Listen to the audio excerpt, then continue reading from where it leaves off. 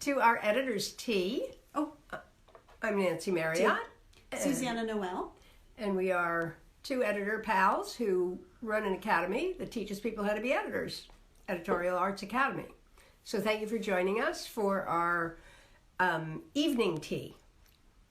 Yes, our wintry tea. It's very wintry out. Yeah. It's a blustering, it's, what do they call it? Whiteout conditions. So we're nice and warm and cozy here. And glad to spend a short couple of moments here to talk with you about a very important subject to editors, which is Technology. technology. We've found that as people are looking to get into editing and are starting with taking classes and learning how to do it, the technology sometimes can be a bit of a barrier. Hi, Richard. Aw, that's My Nancy's husband is watching. He's watching. Oh! Something just fell Everything's down. fine. And it's all fine. It's all fine. We have a very jittery We have a table really here. rickety table. Oh. Gosh. Whoa! I'm sorry, I rickety it.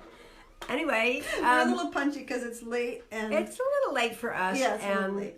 It's like almost our bedtime practically. and it is a blizzard outside, Yeah. but we got here and we're Yes. here with you, and we're happy to be here with you. And we're going to make this we're going to make it worth your while. Okay. So before we get into this amazing subject that Susanna was starting to get into, we want to let you know about our upcoming Freelance Book Editor 101 class that is now filled up for one session, and we're opening it for a second session. You want to say a little bit about it? Yeah. Okay. So our Tuesday class is filled up. We're very excited about our signups, and we have another section, which will be Thursday, starting January 30th, running for the Correct. next 5 weeks. Thursdays, 5 weeks, starting January 30th at 2 p.m. Eastern. Yeah. And our hope is that people on the over in England, Scotland, and way ahead of us time-wise. over there, they can partake because I think 2 o'clock our time, Eastern time, is 7 o'clock their time. It is. Yeah. So if you're in the UK, check out our class. I'll put a link to the class in the notes, but you can also go to editorialartsacademy.com/classes events, classes-events, and you'll see a link to the class there. So that's coming up. Yeah. Go ahead and sign up if you are interested. Hello, Christine. Very nice to have you here. And now, let's get to Technology. Okay. Probably not everybody's favorite topic. Okay, full disclosure, I'm a tech idiot. Don't say idiot. I'm not an idiot, but you know what I mean? Like, I just wrote a blog about it, actually, about how the blog was about many things, but basically I kind of resist technology. If I can get away with it, I'll go low tech. And then, of course, I can't, and so I have come up with some strategies, which we'll talk about, for people like me who don't really love all the tech that's involved to do simple things like book editing. Okay. But my partner here, Susanna, I call her a tech wizard. She says, no. Yeah, she just was saying as we were talking about this, she said, well, you're an expert. And I was like, wait, what? I'm not an expert at all. I don't feel like I'm an expert. You can do things I don't even know the name of. Well, like feeling muscles you didn't even know you had. Exactly. Well, so my main message for today is that not being great with technology, being a little bit afraid of technology, being feeling like you're not good at it, that should not stop you from being an editor. Yes, you do need to use technology as an editor. I think it's pretty rare these days you have to be able to do everything on hard copy. Yeah. Back in the day when I started, I did everything on hard copy. Yeah. I copy edited and proofread on hard copy, but that's pretty rare. I mean, I still do get projects on hard copy, but even then, you still need to be able to use Google to do your fact checking. Exactly. So we'll get into all the things that you need. But of course, Track Changes is the main editing tool on the Microsoft Word platform. And if a client and editor don't know how to use that, it can be a mess. So not only do you know how to use it, you need to know how to use it as a book editor, but you need to know how to communicate to the author you're working with who has maybe no clue, never used it before. So we'll be talking more about that, and we have some resources for you at coming up for that. But also just, as a sort of a blanket statement, remember that there's a lot of people to help you. We're here to help you. Yeah. There's forums on Facebook, and I'm sure in other places. Forums on Facebook? That's more technology. Yeah, well, I guess that's true. But there's also books out there. Yeah. So books are good. So don't be discouraged That if you're is finding a it very good difficult. point. And Yes. we've had several students who have come in saying, I can't do anything tech, and they're working as editors. Yeah. So it can Remember be done. Nancy Decent House? That's who I was thinking She's of. like, I don't want to do any technology. Well, you're going to have to do a little bit. She's been working for over a year now as a freelance book editor. Yeah. And mastering all the tech. She figured it out. Okay. So I have a few tips in that regard. One, and I would love to do some more research into this, and maybe somebody watching has some thoughts. I think of tech as almost being like language. And as a book editor or an aspiring book editor, you probably feel that you're pretty good with language. So maybe think about it that way. I know that like at my son's high school, they sometimes will count a computer science class as a language class, because you are learning a language. So that makes it a little bit less intimidating. Yeah. What I find with tech is that, yes, there's a logic to it. Yes, there's sort of, you can kind of intuit a lot of it. But there's also a lot that you just need to remember. You just need to store in your head. Memory. Just like grammar rules or spelling, weird spellings. I mean, as English speakers, we all deal with a lot of weirdness. And how do we do that? Well, the same way I try to remember tech things is how I remember weird grammar rules or spellings. I usually write it on a sticky note.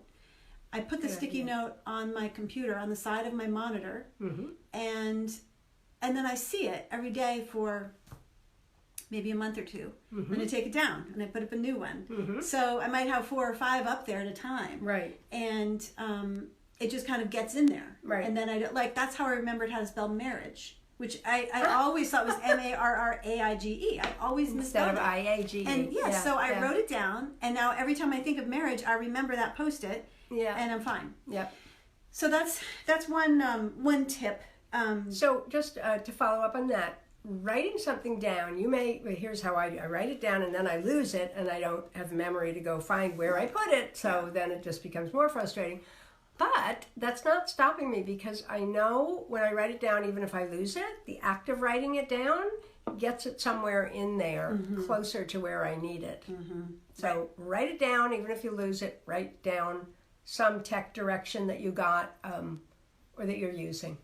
Yeah. It's really a good technique. And, I know that the reality is it's sometimes hard to do this, but maybe have one notebook where you write all your tech notes. I have a password notebook until I found out I could do it in preferences on Safari. But anyway, yeah. Right.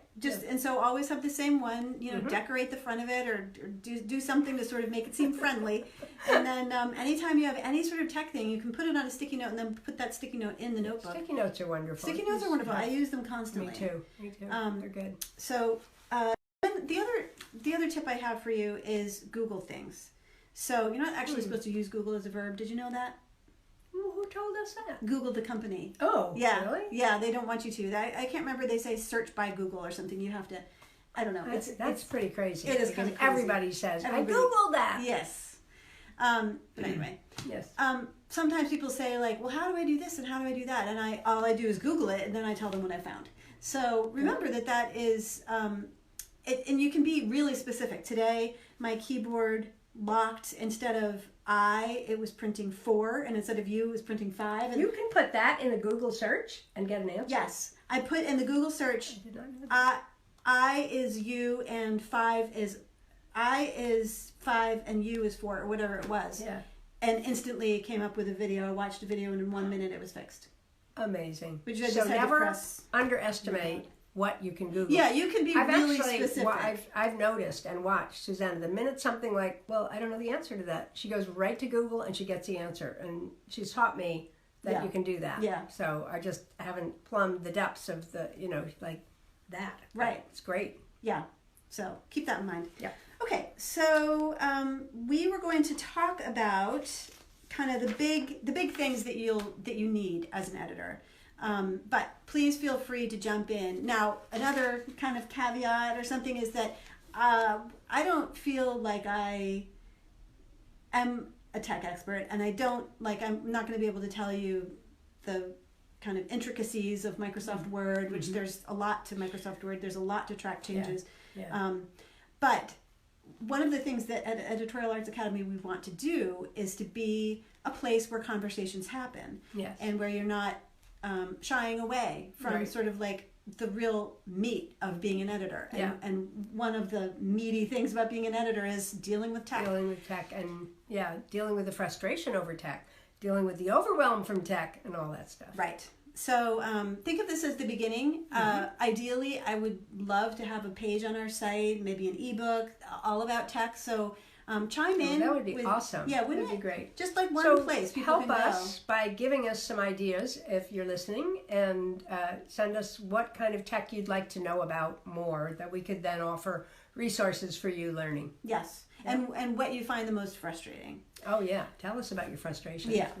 Yeah, I like to hear other people's frustrations. And actually, sorry, I keep promising we're going to get into it, but that was another point I wanted to make is, and this is kind of a little bit of like a mind-body kind of thing, but I like mind-body. think about, sort of expect that you will get frustrated. Both Nancy and I, since we've known each other the last 2.5 years or so, we've both had times when we've admitted to completely losing our minds. Me way more tech. than her. But I still do. I do. I call it a meltdown, and it really is. When I hit a certain wall, and I've had so many walls, and I have to just stop and take myself step away from the machine, step away, and go do something. Unfortunately, I watch TV a little too much when I'm in those states, but I could do other things, like if it wasn't a blizzard outside, I might go take a walk.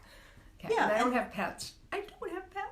But I'm so sorry. I may get one in my new house, though. Ooh, I hope you do. I've been thinking about it. Get a kitty. Yeah, they're too scratchy. I like dogs. If you get a dog, then we can. She's moving in right around the corner. We can down walk the street Pippin from and her. your Can you dog believe it? together. We can go dog walking. We can share dog walking duties. You do too, and I do too. Yeah. Ooh. I'm going to start thinking about dogs. Richard, I know which dog you want. We'll talk about it when I get home. Here we go. Anyway. Nice. Well, I get on the treadmill. I do some laundry. Yeah. I read a little bit of a book. Yeah. I make tea. Do you ever curse at the computer? I don't. I think part of what I do is I've learned when I need to really walk Before away. that point. Yes. Yeah. And I know that if I start screaming at the computer, it's too far. Yeah. So I try to like catch it before I get to that point. Smart. And just do something else. Yeah. Oh boy. Richard. Yeah, sorry, you're getting a dog. I hate to tell you. So anyway, that's, you're all adults. I'm sure you probably already know that, but but just to kind of put it out there that you will get frustrated, and what I do that I think Nancy I keep going. I give myself a you don't stop. I take a break and then I go back to it. Take a break and then keep going. Right. Yeah. I don't give up. In other words, if I can't figure something out, I don't give up. You I are like, keep going. Speaking of dogs, you're like a dog with a bone. Yeah, you are. Just going to keep going. I'm gonna, relentless, because I know that it's figure-outable. Yeah. It is figure-outable. That is the case. Yes. I don't know that. Yes. I think there's some, this is all subconscious, but there's some conspiracy out there who's got it rigged so that I will never figure it out. I'm ready to kill. And that is not the case. Oh. I'm very happy to find that out. I thought it was. So anyway, Okay. So let's talk about hardware. Hardware. What do you need to set up your business and do freelance book editing? What is the bottom line of your hardware nuts and bolts? You want to talk about that? Sure. So I just bought a new laptop. I always use a laptop and I hook it up to a monitor. Yeah, me too. I no longer have like a big desktop on my computer desk. Right, me too. Computer. Yeah, I abandoned that myself. Yeah, I know some people do, but I move around too much. I really like to lie down while I'm working. And I like to go to coffee shops and we have this office downtown, so I use a laptop now, and I just bought a new one, so I sort of went over what specs are best for editing. And what I really wanted, partially because I knew I'd be making videos and doing graphics and stuff, I needed to step it up a little bit. But it is important to have enough memory. So memory what do you recommend? So memory will help you get through a really big file with less chance of it crashing. File meaning someone's manuscript. Yeah, someone's manuscript. And it's like, and some are long. You might get a 150,000 word manuscript, which might be, I don't know how many pages, a lot of pages. So, so what I think is the minimum is 16 gigabytes, but 32 or even 64 is better. Also, it helps if you're also running Perfect It, maybe, which we'll talk about in a sec. Maybe you're also jumping off and using Google. Maybe you've got 2 screens set up, and on one screen you're doing your fact checking with your copy editor. Copy editors often have 2. Developmental editors most likely won't ever need 2, but copy editors need that. Yeah. And if you're wondering what's the difference between copy editing and developmental editing, you really need to come on board with our class, Freelance Book Editing 101. We describe all the different kinds of roles and types of book editing that you could get into. Yeah, and you get to try them out. And you're going to get to try them out. So you get to figure out which ones you're good at. But so you might be running Perfect It. You might be doing Google searches. Track changes takes a lot of memory. So if you want to avoid the horror of your manuscript crashing and losing the last 3 hours of work, I've been there. Yep. It is not a good feeling. Yep. It's a good time to step away. Yes. Because otherwise your head might explode. So one way to help avoid that is to get enough memory. So 16 gigabytes. Sometimes a gaming laptop, they're more expensive, but gaming laptops need to have a ton of like processing power and memory. So for games, for games. So that could be a good way to go. Okay. And what goes along with memory is storage. So how much storage? The last laptop that I got, I opted for 512 gigabytes, which is a little bit more than I probably need, but I wanted to make sure that I had enough. Okay. That way I can upload these videos to my computer and it doesn't constantly tell me you're running out of space. Yes. First idiot question. Okay. What's the difference between memory and storage?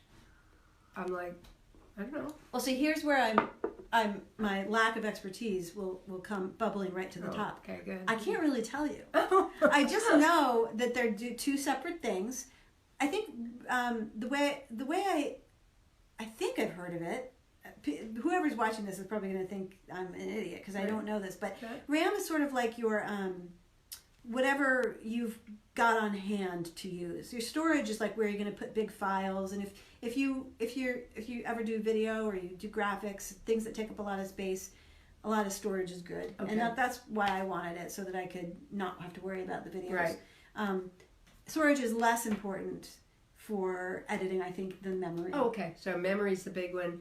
And I heard you say 16. 16 megabytes, I'd say, is the minimum. Minimum. And you might want to go memory is how fast the computer thinks. Thank you, Christine. Yes. Yeah. Okay. So memory, Christine tells us memory is how fast the computer thinks. So, and it's true. Now that I've gotten a computer with more memory and a better processor, I have an i7, which I think is the most most up to date one. It boots up in nice. Fast. Maybe 10 seconds. Wow. And I really like that. It seems like a little thing, but when you're on your computer all day, it really can make a difference. So if you're slow, your computer's slow, you might need more memory. Yes, and you can actually add memory sometimes. You can add memory to a computer without getting a new one. Yeah. I had a MacBook Air. Nancy and I both had Macs. I still do. And she still does. I've never had anything but a Mac for 25 years. She's a Mac person. I am a Mac person. I was a PC person, then switched to Mac. Now I've switched back to PC. I gotta say, I kind of miss my Mac. Oh, but it's okay because I've got really good specs on this new computer. So I'm good stuff. I'm You're brave. That. You're very brave to move back between the 2 worlds. I try to be brave. So the other thing to know about storage is, if you can, get a solid state drive.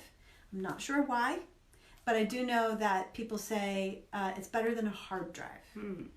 not to be confused with an external drive, which is what you plug into your computer and you back things up to your external drive. Which is something you got to think about. Yes. Okay, so those crashes might happen. A crash happens, but you have something hooked up to your computer, like Carbonite. Carbonite. I have both Carbonite and I have Time Machine. I have Time Machine comes on your Mac.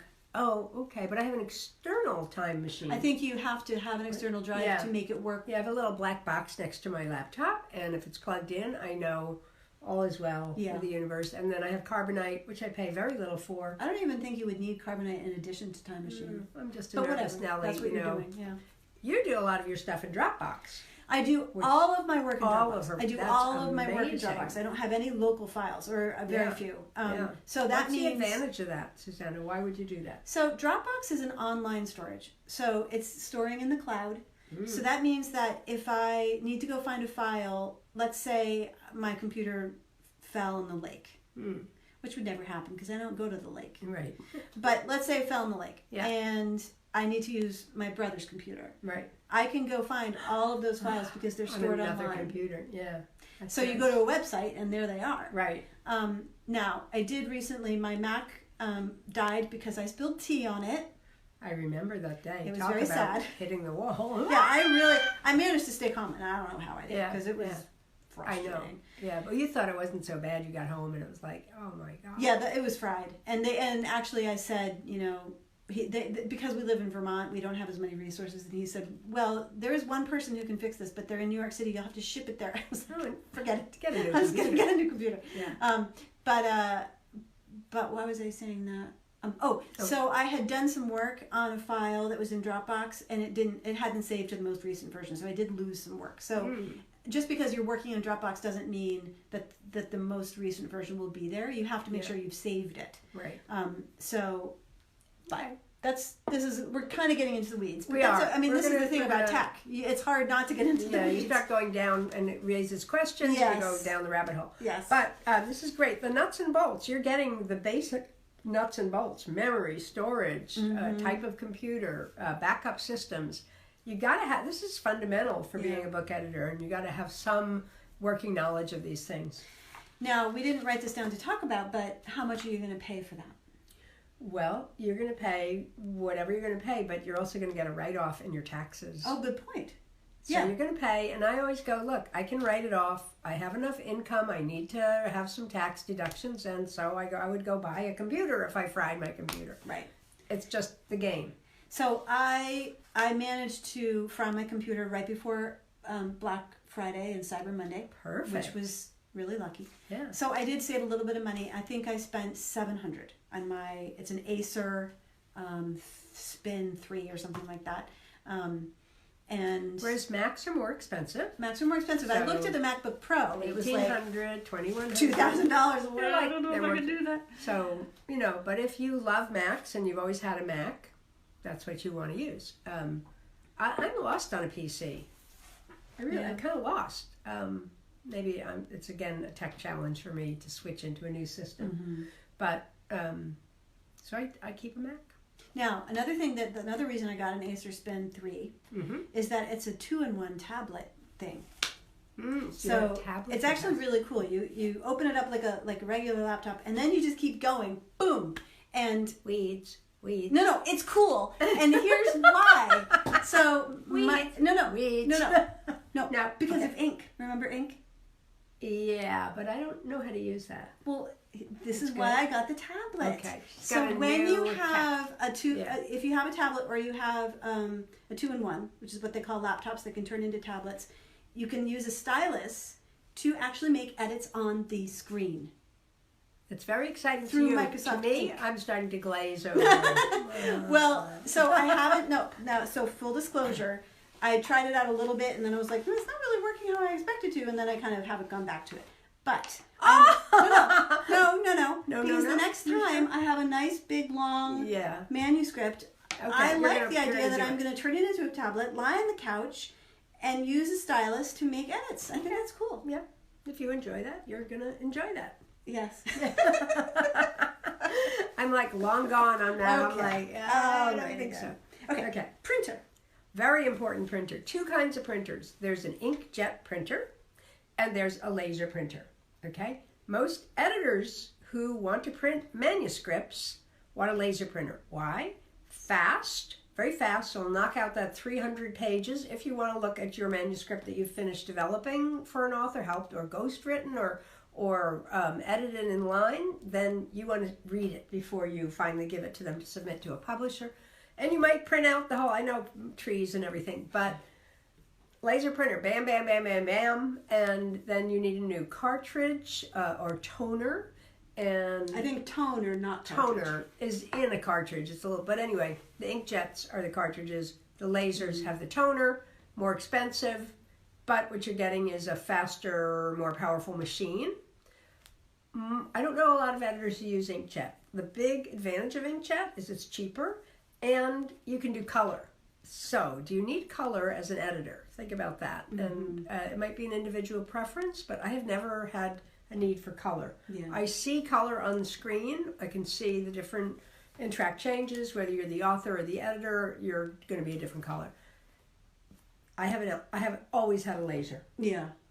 Yeah, I think, I can't think of a great reason why you would need color, unless you were doing like technical documents or you're looking at tables, but we're talking about book editing, trade books, so yeah. Generally you don't. Yeah. And they might send you, the publisher or the author might send you art, to go in the book, but usually you just look at that on the screen. You don't have to print it out. Right. The other thing to consider though with a printer is that I try to only use my printer for things I absolutely have to, and if I have a big manuscript, I take it to like our version of Staples to have it printed out, which is a little local business. Yeah, and you can email something and then pick it up if you want. And it's it's like maybe $15, and it's a write-off anyway, and then I don't have to worry about all the toner, buying the toner, the supplies, and So that's the printer. A couple other things. Monitors. People like to use more than one. Mm-hmm. We mentioned that. And size of monitor. What's a good size to have? Oh gosh, we just bought new monitors when we came into this office, and I think I want to say 27-inch. That's big. 21, 27. Honestly, I don't use my monitor that much. I know some editors do, and they really... you read things on your laptop. I read things on my laptop, and I'm used to it. Yeah. I do a lot of reading on the monitor. I have a laptop that I can portabilize myself. Look, there's a new version. Portabilize myself and go anywhere with, and it's good size, so it's not a teensy little one. But I like to read on a monitor, sitting at my desk, and I might be taking notes. I do a lot of pre-reading before I edit. I do evaluations, so I want to get the whole picture of the book before, so I'll read on a monitor. Yeah. And a big one, 27-inch. Yeah. 26-inch, I think, is the one I have at home. Yeah, and a lot of editors do. I believe it's Amy Schneider. Amy, if it's not you, I'm sorry, but I thought it was you who said that a second monitor increases productivity by, gosh, I have it written down. Yeah, she has this percentage of... and this is, again, for copy editing. Is that correct? Yes. Okay, so developmental editing is a different kind of editing. It's more of the big picture editing, and you might not need to be doing different things at the same time. Percentage. Sorry. Screens. Second screen makes you 50% faster. Wow. Third screen makes you 25% faster. Ooh. I guess after that 50%. And the fourth screen makes you 10% more faster than that, which is more than double your original speed. Wow. You can get screens that are powered by USB and sit beside your laptop for when you travel. You can also get like screens that snap on to your laptop. Really? Yes, they're cool. I thought about getting one, but and then there's issues of extending your picture to second screens and stuff, and sometimes that can be annoying. But I know a lot of people do that. I don't do it, but play with it. It might be that a second screen really does like make things a lot faster. Mm-hmm. So, and then a scanner. I find that more and more publishers are asking for invoices to be sent as PDFs, and the quickest way, a signed PDF. I print it out, I sign it, and then I scan it in, and then I scan it in and make it a PDF, and then I send it. So, or you can pay $16 a month $15.89 to get the Acrobat Pro package and sign a PDF online on the computer. So then you would turn it into a PDF and then sign it? It's already a PDF. Well, no, because this is an invoice that I make in Word. Okay, you could turn it into a PDF and sign it. Okay. Yeah, you can. All right. Well, so but you have to pay, I think it's $15.80 or something a month. But I get a lot of, I even get documents or manuscripts sometimes, PDF. A client will send me a PDF and I'll tell them, could you please put this in Word? And they're like, I don't know how, or whatever. So I can convert a PDF to Microsoft Word. Pro. I can also sign a PDF. Okay. And send it right back. Or I can ask somebody to sign. So I always do a contract with my authors. Mm-hmm. And I have them sign and I sign. That's another way. Yeah. Back and forth. Interesting. Yeah. So a scanner, I just have one that's like, it's sort of thin and rectangular, and I just feed the paper through one paper at a time. I don't need to do lots and lots. Some printers have scanners and built in. some printers have scanners built in. Yeah. You can also just get, for a while I had an app on my phone. You take a picture and it turns it into a PDF. Wow. And then it kind of, and I don't see why you couldn't. You might even just be able to do that just with your camera. Have a JPEG that you then convert to a PDF. Ooh, now that I think about it. Way past my pay grade. Way past my bedtime. Yes. So, okay. So that's kind of the basics of hardware. Let me just make sure. Mouse. So if you have trouble with carpal tunnel stuff, there's something called an optical mouse. You don't need a cord, and you can write on any opaque surface. Cool. I should really, props to Adrienne Montgomery, because I took a webinar with her, I think through the EFA, maybe Editors Canada, and it was amazing. She had just a ton of information about tech. Took a lot of notes, and a lot of what I'm telling you came from that webinar. So, and Adrienne is also an amazing source for tech stuff in general. Yeah. If you look her up, then her blog is called Catch the Sun, I believe. Catch the Sun? She's also in our free she's in our free ebook, Begin Your Editing Journey, which you can go to our website and download, and she's in there. But Adrienne also has a book called... Oh, her book is amazing. Her book is great. Yeah. Editing in Word 2016, and there's a second edition that I think came out in 2018. Yeah. So check out that book. And Adrienne, thank you. You're great, and we are grateful for your help. Thank you, Adrienne. Yes. I use that book a lot. Yeah, it's really good. So speaking of MS Word, so on to software. MS Word. MS Word. You're going to need to learn how to deal with it. Yep. And there are many versions of it. And we recommend, if you're editing in today's Microsoft Word world, that you get the current one, which is a subscription package deal, right? Well, there's two options. Yeah. There's, I think you can still buy Word and just like install it in your computer. But then it's not updated. So if you do subscription, which is pretty damn cheap, it's actually like $120 a year. Or I pay $7.99 a month. And then it's update when a new one comes out. You have to go buy new software.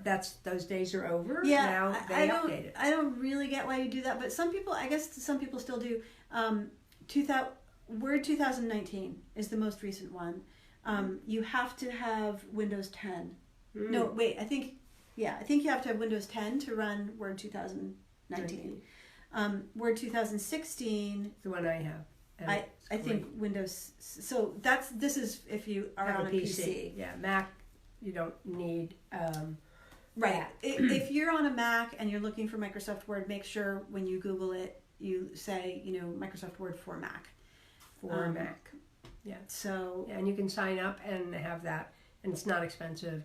And encourage your clients to get the same one. They may be operating on a 2011 or a 2009. I mean, all kinds of things. I just say, wait, you just got to upgrade, and it's not expensive. And I always have clients jump on. I've had good success with that. I have never said that to a client. Oh, ever. I don't even ask them. What they have? Yeah, I just say in the contract. I say you have to send the manuscript as a Microsoft Word file, and we'll make changes and track changes because sometimes authors will try to give you a Google Doc. And Pages. I get documentation. Pages. No. Pages, I think, is the Mac is the word processing right, but software. It has no editing tools. I don't know about Pages. Pages has no editing tools. Students use it to submit to their professors in a college. What do you mean, Google Docs or Pages? No, I'm talking about Pages. Oh. And Google Docs are used Google Docs is what I colleges. My kiddos who are in high school don't know how to use Word. They only use Google Word Docs. is a professional editing platform tool. It's got it's a lot of things to write in, but it's got the tools an editor needs to perform editing functions on a manuscript. So it's the one you want. Mm-hmm. Now, you can edit in Google Docs. Yes. I think the EFA conference wasn't there. I think it's Karen Horler. I'm sorry if I mangled your name. I think she's the one who offered a class. And I think that it's being offered at the EFA right now is a class in how to edit in Google Docs. Yeah. And that's fine, and maybe that's good if you're collaborating. But when it comes to book editing... Yeah. If somebody tries to send me something in Google Docs, I make them. I do too. Turn it into a Word file. Collaborating is the key word. I did have an author who wanted me to come in on kind of co-authoring with her, and she ended up putting my name on her book, which was really nice. Yeah. But we started out in Google Docs, and we had a little fight at first. And I'm not doing that. I said, but it's so great because I can see what you do, and you can see what I do, and then we can change it. No. I gave in I said, I'll do this for a few months. Wow. But then everything you submit to me to really edit, once we've got that first draft, must be in MS Word. And she agreed. Okay. So we reached a compromise there. But Google Docs for collaborating, okay? Keep that in mind. MS Word for actual, real editing, either line editing, developmental editing, copy editing, and proofreading all need to be in Usually proofreading is on a PDF. Oh, right. That's a different case. Sorry. And we'll get to that in just a sec. Yeah. So as far as MS Word goes, there's a lot you can do with it. Macros. Oh, macros. And I have not gotten into macros. I know lots of people do. Yeah. When it comes to macros, there's a bunch of different places you can go. They're shortcuts. Macros are shortcuts. So you don't have to... It's a programmed shortcut. It's a program. It's a series of shortcuts, or it's a series of operations that you put into a shortcut. Yeah. There's very helpful for copy editing. Yeah, very helpful. it is. That kind of editing. There's also something called keyboard shortcuts, and you can program your keyboard. Another thing I haven't done that I know lots of people do, so that if you if there's something that you often do and it's frustrating to like go through the menu to find it, you can map your keyboard to do it quickly with a keystroke. You can also use autocorrect. Or buy software like Text Expander is one I've used to insert a block of text. So if you're adding queries to a copy editing job that you're doing or a line edit, and you have the same kind of query over and over, like author, please, did I retain your meaning? Right. That's so just a hit common a keystroke. You just tell Text Expander it's like things. bracket question mark or something. All of which makes you faster. Yes. Increases your ability to earn money. Yes. That's why we're talking about this, because Right. tech can save you time, and time is money in this case. Yes. Yep. All right. Excel. Never use it. I know how to do an Excel document, the basics, but... Spreadsheet. Yeah. I think that Technical Excel, stuff. some people really like Excel for tracking expenses and sort of businessy stuff. Strict editing, I can't imagine that you would need Excel. Yeah. But a lot of people do use it for keeping track of how long they spent on a project and what their hourly rate turned out to be and all of that. Yeah. So I like Excel. Excel, like Word, has a lot to it. It's very powerful, and there's a lot of things you can learn. But yeah, it comes in the package called Microsoft Office, which includes Word and Excel and 2 or 3 other things. So when you buy the package of the Word called Word Office, it gives you all these different kinds of platforms. Yes. Yeah. And did we say what the name of the subscription was? The subscription is Office 365. Oh, right. So that's the one you want. If that's you the want 2016. to subscribe. Yeah. Well, updated now it's to updated. 2019. Yeah. Say that one more time. Word 365. Office 365. Office And 365. it includes Word and Excel and PowerPoint. Everything. And, and it's the one you get for $7.99 a month or something. Right. It's really a one-time fee of $119 or something like that with tax. Yeah. That's it. Pay it every year. Yeah. Or like me, I pay it every month. Okay, so if you're going to proofread, you will probably need to know your way around a PDF file. So when I proofread for publishers, I still get hard copy. But when I proofread for independent authors, they've gotten their book laid out, so it looks like a book. It's what we call page proofs, and it comes as a PDF file. And to work on a PDF file, you actually can use free software. It's called Adobe Reader. There's also Adobe DC, which is a free. There's a free and a paid version of DC, and then there's Adobe Pro, which is what I think you have, and you pay for that. You pay for that. $15.89 a month or something. Yeah, not cheap, but. And then there's Adobe Standard, and I don't know the differences there. But important to know that as a proofreader, you can use Adobe DC, and I think Adobe Reader, and it has the functions that you need as a proofreader. There's something called stamps, which I don't really know how to use. There's actually a lot of the copy editing and proofreading symbols they have in there that you can sort of put in digitally. So for this, I would go to Adrienne Montgomery's post. It was from last February. She did a post about proofreading in PDF, and she has a really nice demo that I found super helpful. I'll put that link in the comments, but you can also just look up Catch the Sun PDF, and you'll probably find it. So, okay. Should we talk about apps? A little bit. How's everybody doing? Yeah, I know. Feels late. It's 4:15. I think it's been 45 minutes. We have been rattling on, very informatively, of course, but maybe we've done enough. What do you think so? I think we've given some good basics. I mean, one of the main apps you want to have is the Chicago Manual of Style, so you have that at your fingertips wherever you are. That's the Bible for editors to check any grammar or word usage or whatever. That's the one that I find the most helpful when I look at my little list here. Your little list. Merriam-Webster's, you can use the free version. That's the dictionary we recommend, Merriam-Webster. There's project management software that I use. I use something called 17 Hats. I use it for not just for billing, for keeping track of all my projects. I send all my email to my clients through there, and I have all of my notes in there, so I don't have to like hunt through my email. What did I tell that person? I just go to that. I go into 17 Hats and I go to their profile. Great. It is really helpful. That is something I need to learn. So yeah, I'll show you. I need a little tutorial in that. Maybe other people do too. Keeping track of all my clients and what goes back and forth. Yes, it can get confusing. Oh my God. Yeah. And I usually just download things into their file, but then if I didn't, I'd like a system. Yeah, the system is really good. I like it. A lot of people use time tracking software. Toggle is one. Harvest is one. Good. I use Toggle. I use Toggle. Yeah. And then we, there's a lot we could talk about when it comes to websites. I know. Yeah, that's a whole. I always recommend that people have a website. I know there are editors who don't have a website, but I think it's.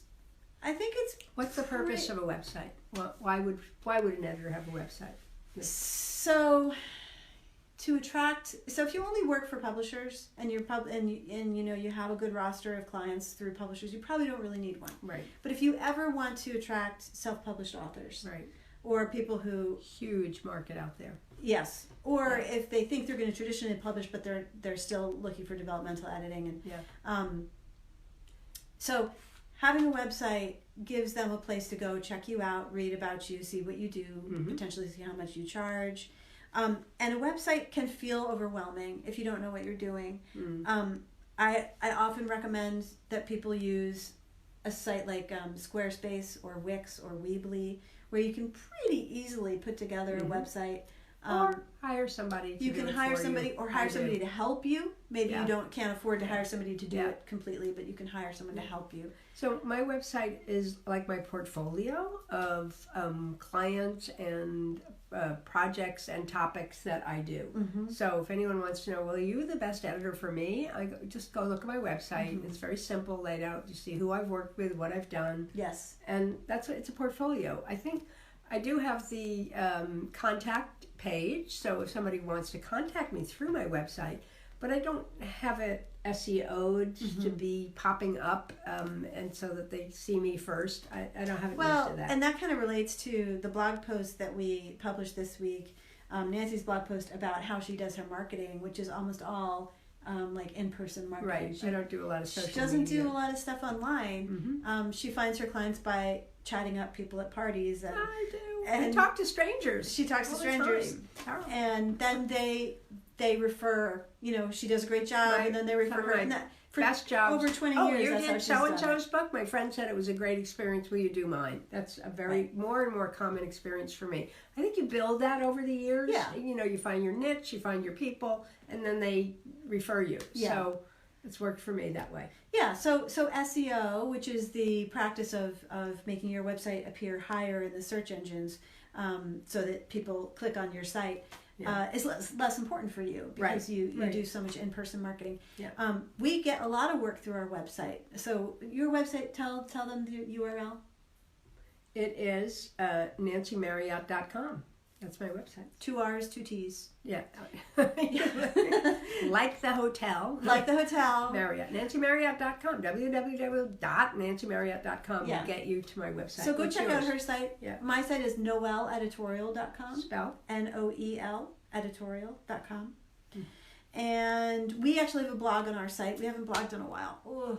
But you're Noel Editorial. You don't. Yeah, I don't blog on mine. Yeah, I don't blog on mine at all. Yeah, I blog on Editorial Arts Academy. Yes, but personally, I don't blog. So blogging is important for SEO. It is. So, and we, like I said, we do get a fair amount of work through our website, and also if you have a directory listing, and like for example, EFA, which is the big one, Editorial Freelancers Association, EFA. If you become a member, then you can list yourself in the directory.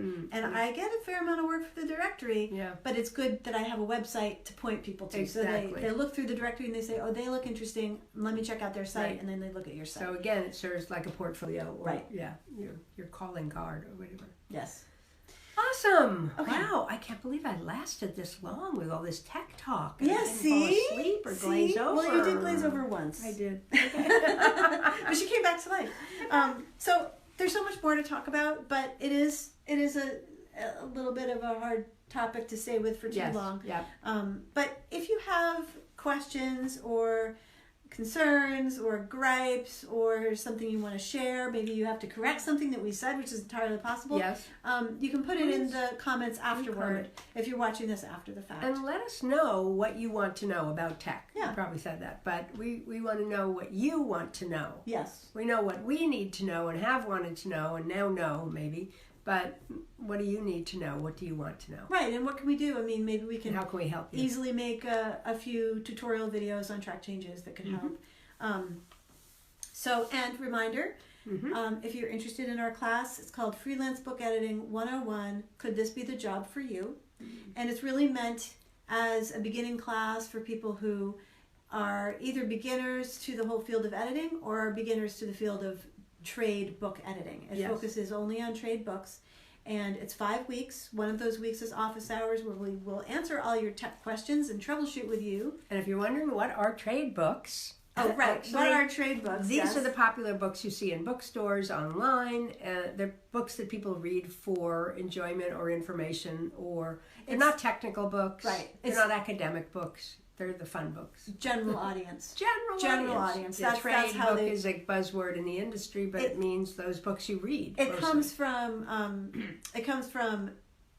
originally calling book selling the book trade. So that's why they're called trade books, which is counterintuitive because we think of trades as being a niche thing and maybe more a technical thing. But in this case, the trade is book selling. General audience, trade books, that's our niche. Yeah. Fiction and nonfiction. Yes. Yeah. So go check out that class, and I'll put the link to it in the comments. Yeah. And I think that does it. We got to get home if we can. I don't know if it's still blizzarding. Tea is cold, but yes, that's the tea okay. is And we're going out into the blizzard. We're going out into the cold. Maybe we should heat it up in the microwave before we go. All right, everybody. Okay, thanks everyone. Wonderful talking. Yes. And we'll see you again. Yes, we will be back.